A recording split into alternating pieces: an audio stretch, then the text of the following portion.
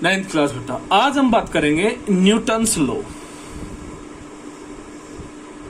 Newton's law of motion, यानी कि Newton के लॉज। तो मैं आपको बता दूं बेटा, न्यूटन ने मोशन के लिए 3 रूल दिए थे। ठीक है, 3 लॉज होते हैं न्यूटन के अपने, और उन तीनों को ही मैं एक्सप्लेन करूंगा आज। पहला जो रूल होता है, क्लियर बेटा, पहला जो लॉ होता है वो क्या होता है? पहले लॉ के अकॉर्डिंग न्यूटन ने ये बताया था कि अगर कोई भी बॉडी, क्लियर बेटा बात, मान लिया जाए ये कोई टेबल है और इस टेबल के ऊपर मान लिया बेटा कोई बुक, कॉपी वगैरह जो भी आप रखते हैं, मान लिया ये कोई बुक है और ये बुक बेटा इस तरीके से आपकी रखी हुई है, क्लियर बात। तो न्यूटन ने क्या बताया? न्यूटन ने बताया कि वैक्यूम में, क्लियर बात, वैक्यूम, तो वैक्यूम तो समझते होंगे बेटा, जहां पे कोई एयर रेजिस्टेंस नहीं होता है, ठीक है, यानी कि जहां कुछ भी ना हो उस प्लेस को हम वैक्यूम बोलते हैं। ठीक है, तो उन्होंने बताया कि वैक्यूम में अगर कोई बॉडी रेस्ट में है, तो जैसे आप लोग देखते हैं कि ये बॉडी आपकी रेस्ट में ही तो है, ठीक है, तो उन्होंने कहा कि जो कोई भी बॉडी अगर रेस्ट में है तो वो रेस्ट में ही रहेगी। ठीक है, और अगर कोई बॉडी मोशन कर रही है तो वो मोशन ही करती रहेगी जब तक कि उसके ऊपर कोई एक्सटर्नल फोर्स वर्क नहीं करेगा। एक बार और सुन लीजिए, न्यूटन ने क्या बताया कि अगर कोई बॉडी वैक्यूम में रखी हुई है, रेस्ट में है, तो वो बेटा रेस्ट में ही रहेगी, और अगर कोई बॉडी मोशन कर रही है तो वो क्या करती रहेगी बेटा, आपकी मोशन ही करती रहेगी जब तक उसके ऊपर कोई एक्सटर्नल फोर्स वर्क नहीं करेगा। बात समझे कैसे? जैसे मान लिया जाए इस बेंच के ऊपर ये बुक रखी हुई है, तो ये बुक रेस्ट में कब तक रहेगी? जब तक आप लोग इसको आके उठाएंगे नहीं। क्लियर बात, ये खुद उठ के थोड़ी चली जाएगी। बात समझ में आती है?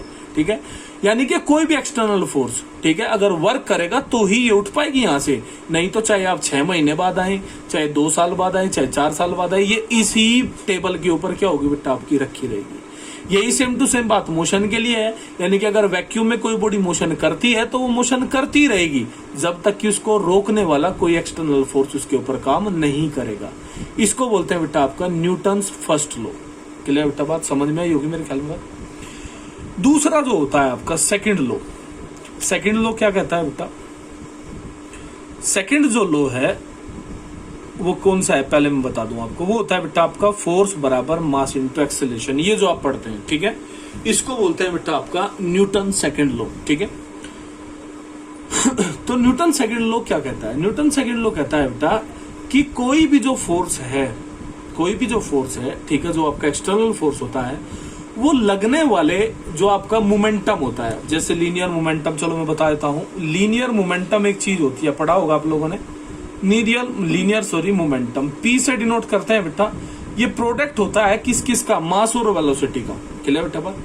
तो उन्होंने कहा कि जो फोर्स है वो जो आपका मोमेंटम होता है उसके द रेट ऑफ चेंज के डायरेक्टली प्रोपोर्शनल होता है, यानी कि F is directly proportional dp by d. बात क्लियर बेटा?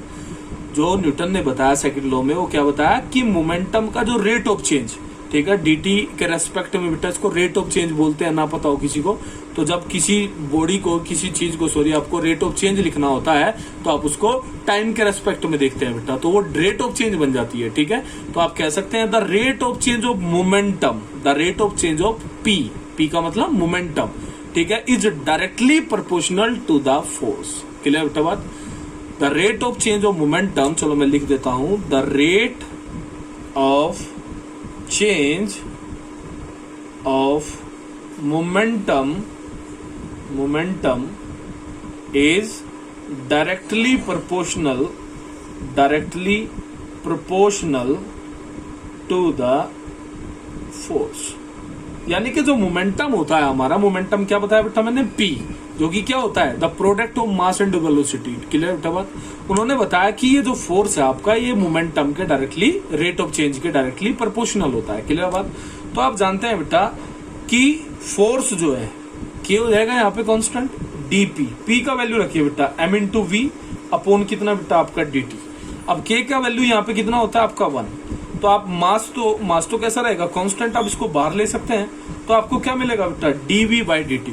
तो मैंने आप लोगों को बताया था इससे पहले चैप्टर में, मोशन वाले चैप्टर में, कि dv अपॉन dt हमें क्या देता है बेटा? आपका एक्सेलरेशन। क्योंकि हम जानते हैं ये क्या है बेटा, ये आपका रेट चेंज है किसका बेटा, आपका वेलोसिटी का। तो आप जानते हैं कि चेंज ऑफ वेलोसिटी किसकी वजह से होती है, एक्सेलेरेशन के। तो डीवी अपॉन dt को मैं क्या लिख सकता हूँ बेटा, ए।